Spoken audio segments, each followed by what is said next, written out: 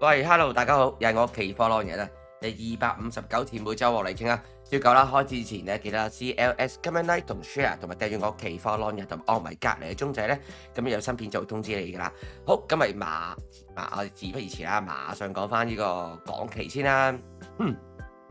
咁其實上個禮拜啦，各大市場啦，即係港期啊、道指啊、納指都好啦，其實全球都係傾向較為好嘅向好嘅。咁其實因為全球都冇乜嘢太特別比較動盪嘅事情發生啦咁樣，咁所以港期其實上個禮拜我哋都條片都講過，我哋都係都係傾向偏睇好噶嘛。咁上個星期初啦，即係港期就叫做一度落過落去25,560點左右水平啦，咁攞到一個支持位置。不過呢度叫整固咗之後咧，咁都叫做即係開始收復翻呢個26,000個關口啦，即係升穿翻呢個重要轉強位置啦。咁逐步向上啦，咁亦都順利到達晒我哋上面兩個目標噶啦，即係都升到差唔多26,600點呢個水平嘅。不過明顯就係上到嚟呢一個位置咧，係去到翻近前頂呢個位置咧，係好明顯有個阻力喺度啊。咁星期五都叫做回落翻下少少嘅。好，咁我哋睇下個中線走勢啦。咁正如我哋上個禮拜講過，就係話指數咧已經離開咗個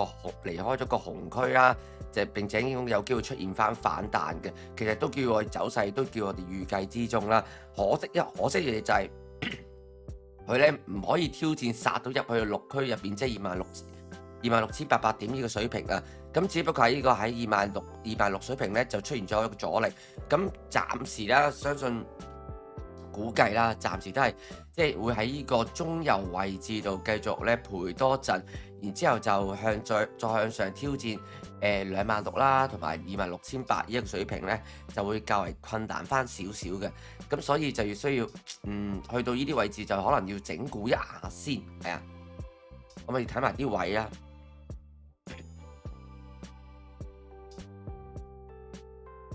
咁下個禮拜啦，我將個好淡分水就擺咗嘅26,380至到26,576嘅，即係話後市咧，我哋可以攞26,600點作為一個分界線嚟嘅。只要升得穿嗰個26,600點咧，咁咧就會向上轉強嘅。咁向上目標啦，先第一個啦，26,734、26,734啦，第二目標係26,978嘅。咁但係問題就係，如果港期暫時守住喺26,000，但係守住26,100點以上咧，其實睇翻嗰個黃金比率啦，即係由25,439啦，即係呢度啦，25,439啦，至到26,583咧，即係個升浪嘅0.382咧，即係呢個26,146啦，其實守住呢一個位置咧，即係正如頭先所講26,100啦，咁其實對後市走勢都係較為利好嘅。但係失守咗嘅話咧，咁咧就要開始進行整固向下啦，先望翻啦一個重要區域啦，就係呢一個25,780至到25,979嘅。如果呢個位置都失守咗嘅話咧，咁咧就會進一步轉弱嘅。向下目標啦，先望翻啦，就25,611啦，即係上個禮拜或前個禮拜一啲嘅底部位置啦，同埋第二個目標就係25,311嘅，得唔得？好，跟住講黃金啦。黃金咧嘅上個禮拜初段咧，即係叫做再一次回測翻一個4,500點一個呢個美元關口水平啊。好彩一樣嘢叫守得住啊！之後隨步就開始慢慢一步一步向上打翻上去，亦都收復翻4,600蚊呢一個彎口呢個位置。不過把聲有啲沙，近排捱得大。好啦，咁亦都冇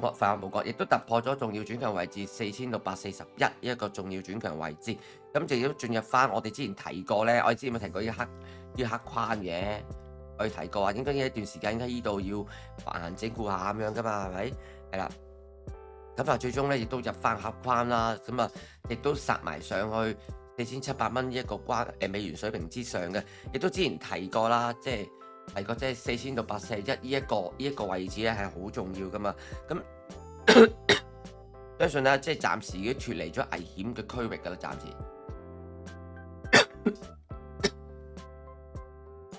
好啦，咁啊，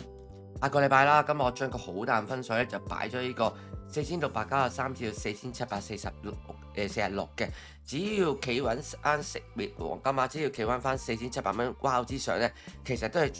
係維持翻睇向好噶啦，亦都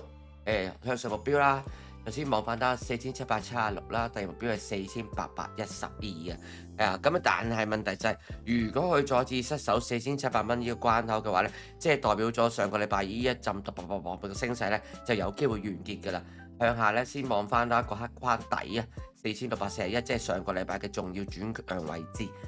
咁啊第二個目標咧就係4580嘅，咁所以下個禮拜記得 mon 實住幾個位置啦，好，咁啊講道指啦，道指走勢仍然都係比較反覆啊，即係上個星期初咧，即係叫做曾經失守過即係重要轉弱位置49,200點呢個水平，亦都下試咗呢度，下試咗49,000呢個關口噶啦。其實不過大家睇到啦，其實49,000呢個關口咧，49,000呢個關口咧，其實係就係之前呢個5000點嘅升浪咧，其實回吐咧，只不過即係呢一度啦，0.382個5000點即係呢一度啊，帶俾大家睇下。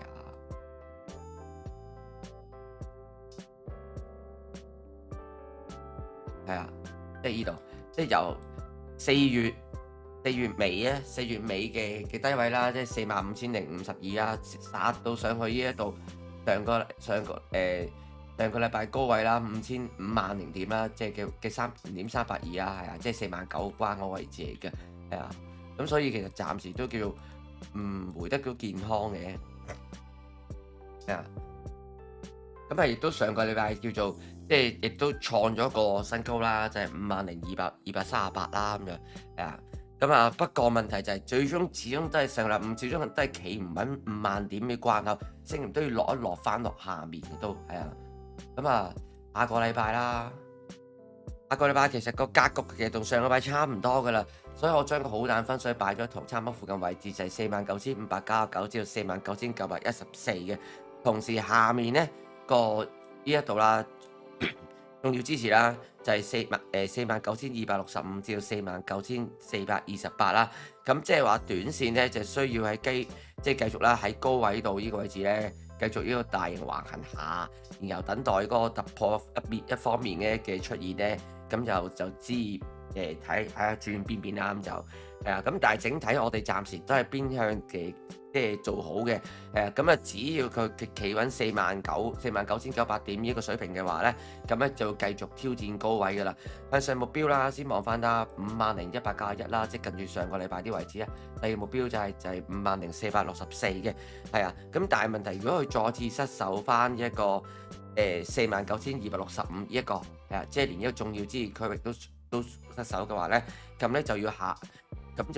試翻咧咁我就要下試翻啦，49,051啦，咁第二目標就係48,764啦，就咁樣。所以下個禮拜記得留意住呢兩個區域啦，好大分水啦，同埋重要支持區域咁樣，明白？好，咁我哋最後講納指啊，納指其實已經進入咗一個咧忘我嘅階段㗎啦，即係由佢企穩28,000。其實企穩28,000點呢個水平咧，即係呢度啦，企穩呢度28,000呢個水平咧，跟住咧之後一路都繼續破頂啊！星期五亦都最高殺到上去，見到呢個咧29,386啊！因為靠住一啲科技股去推動啊，同埋納指繼續係咁上，雖然係好悶，但係咧佢都再次提醒大家啦現階段去摸頂咧係有啲危險嘅。即係如果你真係想沽佢咧，要做淡佢咧，你真係要等佢明顯即係出咗啲轉向息路，你都先做得未太遲嘅。所以下個禮拜啦，將個好淡分水啦，我就擺咗呢個29,053至到29,387嘅企穩之上，繼續都向上發展嘅啦。向上啦就係29,805啦，第二目標係30,181